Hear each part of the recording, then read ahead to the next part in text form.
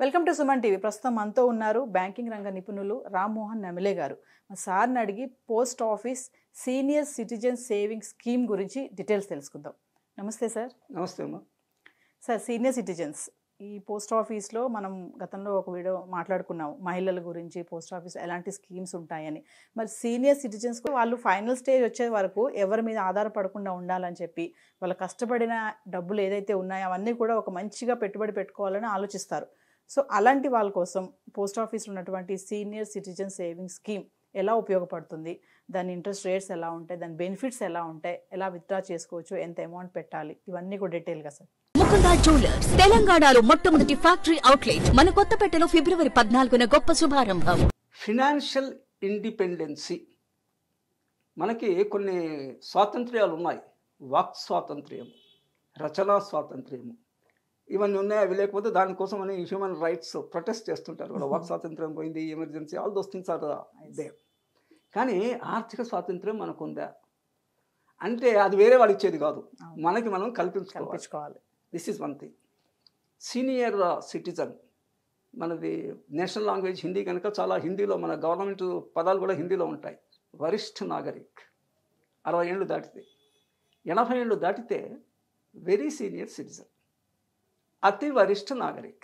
So senior సిటిజన్స్కి లింగభేదం లేదు, whether it is men or women. 60 ఏళ్ళు దాటితే సీనియర్ సిటిజన్. యూజువల్గా గేర్ఫుల్ ఎంప్లాయ్మెంట్లో ఉండేవాళ్ళు, ప్రైవేట్ సెక్టర్ కానీ పబ్లిక్ సెక్టర్ కానీ, they retire at the age of 60. కొన్ని స్టేట్ గవర్నమెంట్స్ 2 years ఎక్కువ తక్కువ, దట్ థింగ్స్ అపార్ట్, నార్మల్గా 60. మన భారతీయ సాంప్రదాయంలో కూడా 60 సంవత్సరాలే ఉన్నాయి మనకి. Names of the years in Telugu, in Indian version. 60 years తర్వాత సైకిల్ రిపీట్స్, అవే పేర్లు వస్తాయి.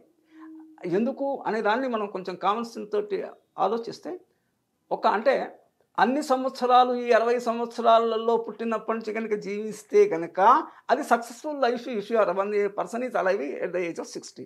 ఆ తర్వాత అంత bonus if you are in to the second cycle of the same names of the years. That is one thing. Then 60 ఏళ్ళు వచ్చేటప్పటికి దాదాపుగా మనకి అప్రాప్రియేట్ ఏజ్ ఉన్నాయి. Appropriate age and appropriate living according to the age. మనకి ఏ టైంలో 40 ఏళ్ళకి పెళ్లి చేసుకోరు ఎవరు, కొంతమంది చేసుకుంటారు, బుద్ధిహీనులు, అది వేరే సంగతి. కానీ లేదు, చదువు 40 ఏళ్ళకు స్కూల్కు కాలేజీకి ఎవడు పోడు. 25 ఏళ్లలో మీకు యూనివర్సిటీ ఎడ్యుకేషన్తో 25, 26 PhD టాప్ మోస్ట్ ఎడ్యుకేషన్ కూడా అయిపోవాలి. మ్యారేజ్ కూడా ఆల్మోస్ట్ అదే ఏజ్, 26, 27. కొంచెం అటు ఇటు లేట్ అయినా కూడా ద డేంజర్ మార్క్ అంటాం చూడండి. మనం నీళ్లు కనుక ఆ మార్క్ దాటితే నీళ్లు వదిలేస్తాం, కట్ట తెగిపోకుండా. 30 years మనం డేంజర్ మార్క్ కింద పెట్టుకోవచ్చు. అది దాటితే I may be using a little harsh words, అది బుద్ధిహీనత, తెలివితక్కుతనం, అది పక్కన పెట్టేస్తే 60 ఏళ్ళు దాటిన తర్వాత మీ పిల్లలు సెటిల్ అవుతారు. మీరు టైంకి ఉద్యోగము, టైంకి చదువు, టైంకు వివాహం అయితే కనుక మీ పిల్లలు సెటిల్ అవుతారు. That is one thing. Now పెరిగిన కొడుకుతోనే తండ్రికి పేచి ఉంటుంది, తల్లికి అంత ఉండదు. ఇప్పుడు పెరిగిన తండ్రి 60 ఏళ్ళకి రిటైర్ అయినప్పుడు he will get retirement benefits lump some. వాళ్ళ ఉద్యోగ స్థాయిని బట్టి 20 లక్షలు, 30 లక్షలు, 50 లక్షలు, కోటి అట్లా రావచ్చు. Approximately I'm telling.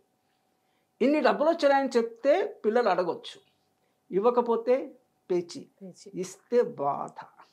కనుక ఒక ఫినాన్షియల్ ప్రిన్సిపల్ ఏమంటే, మన దగ్గర ఎంత డబ్బులు ఉన్న విషయము మన పిల్లలకి, భార్యకి, స్పౌస్కి కూడా చెప్పాల్సిన పని లేదు.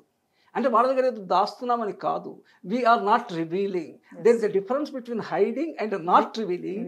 I'm just saying do not reveal in their interest, in your interest also. వాళ్ళ ఇంట్రెస్ట్ ఏంటి, ఉన్నాయని చెప్తే అడుగుతారు, ఇవ్వకపోతే వాళ్ళ కోపము, ఇస్తే నీకు ఇది. This is one thing. Then government of India ఈ 60 ఏళ్ళు దాటున్న వాళ్ళకి ఒక మంచి scheme, senior citizens saving scheme 2004 నుంచి ఉంది. ఇది ఎప్పటికప్పుడు లిమిట్స్ పెంచుతూ మాడిఫికేషన్స్ జరుగుతున్నాయి. దీని కింద ఇండివిజువల్గా, అంటే భార్యాభర్తలు ఉన్న ఎవరికి వాళ్ళు they can put, now they have increase the limit to 30 lakhs per person. ఇంతకుముందు 15 లక్షలు ఉన్నది, now they have done it 30 lakhs latest. దీని ప్రకారంగా ఇది నేను గతంలో మనం అనుకున్న విషయము. Post office or senior, then banks. ఏజ్ వాటి దీనికి ప్రాథమికంగా ఈ స్మాల్ సేవింగ్స్ స్కీమ్స్ అన్ని పోస్ట్ ఆఫీస్ ద్వారానే ప్రభుత్వం ప్రవేశపెడుతుంది. ఆ తర్వాత కొన్ని బ్యాంకులకు కూడా, అన్ని బ్యాంకులకు కాదు, కొన్ని సెలెక్టెడ్ బ్యాంక్స్కి పర్మిషన్ ఇస్తుంది. సో ఈ సీనియర్ సేవింగ్స్ స్కీమ్స్ పోస్ట్ ఆఫీసులో available and then certain selected బ్యాంక్స్లో కూడా it is available. This is one thing for the knowledge of the viewers. So గరిష్టంగా 30 lakhs per head and the interest is around 8.2% payable quarterly. జనరల్గా ఏ interest అయినా కూడా జీతాలు నెలకోసారి వస్తాయి, కానీ బ్యాంకులో కానీ పోస్ట్ ఆఫీసులో కానీ interest normally it is given in quarterly. Discounted ఫామ్లో ఎవ్రీ మంత్ తీసుకోవచ్చు, that's a different question, but normally it this one. So 8.2% చొప్పున మీరు క్యాల్కులేట్ చేసుకోవచ్చు. సింపుల్ అర్థమెటిక్లో 8.2% పర్ యానం. దాని చొప్పున every 3 months normally they credit to your SB account, attached SB account. Post ఆఫీస్లో SB account ఉంటే okay, లేదా వేరే బ్యాంకులోకి పంపించమన్న స్టాండింగ్ ఇన్స్ట్రక్షన్స్ అంటాము, that they will do. And this is a good scheme. దీంట్లో పెట్టుబడి వెళ్ళే వాళ్ళకి సెక్షన్ 80C కింద, అంటే ఎగ్జంప్షన్స్, ఇన్కమ్ ట్యాక్స్ పర్పస్ కోసం ఎగ్జంప్షన్ 80Cలో 1.5 lakhs ఉంది. ఇతర పెట్టుబడులతో కలిపి ఇది కూడా తీసుకోవచ్చు మీరు. దీంట్లో 50,000 పెట్టారు, యూ కెన్ టేక్, ఆర్ ఎంతో పెట్టారు తీసుకోవచ్చు. 1.5లో అంటే మీరు 10 లక్షలు పెట్టినా కూడా గరిష్టంగా 1.5. So there is a tax exemption, there is a government of India assurance. అంటే సెక్యూరిటీ ఉంది మీ ఫండ్స్కి. రీజనబుల్లీ 8.2% అనేది బ్యాంక్ డిపాజిట్లో అంత ఉండదు, అంతకన్నా తక్కువే ఉంటుంది, 6, 7 something it will be oscillating. This is the thing. ఇది కూడా 8.2% ఇది రివైజ్ ఎవ్రీ క్వార్టర్లీ.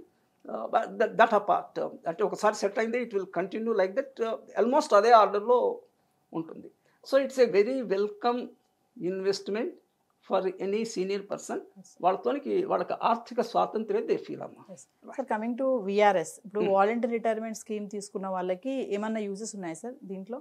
అంటే ఒకటేమా, ఇది ఏజ్ లింక్డ్. ఓకే, మీరు విఆర్ఎస్ తీసుకున్నా కూడా 60 ఏళ్ళు దాటాలి. ఓకే, నేను విఆర్ఎస్ 55 తీసుకుంటే దీని పేరే సీనియర్ సిటిజన్స్ కాబట్టి you may not eligible. Okay, అంటే మీరు 60 ఏళ్ళకి లోపల వేరే బ్యాంకులో ఎక్కడైనా పెట్టుకునేసి 60 ఏళ్ళకి you have to shift to this things. Practically I have this account కనుక I can watch it more this one.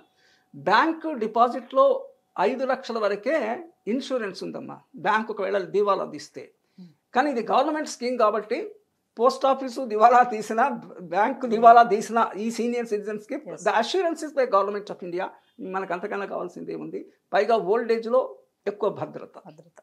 Thank you sir. Thank you.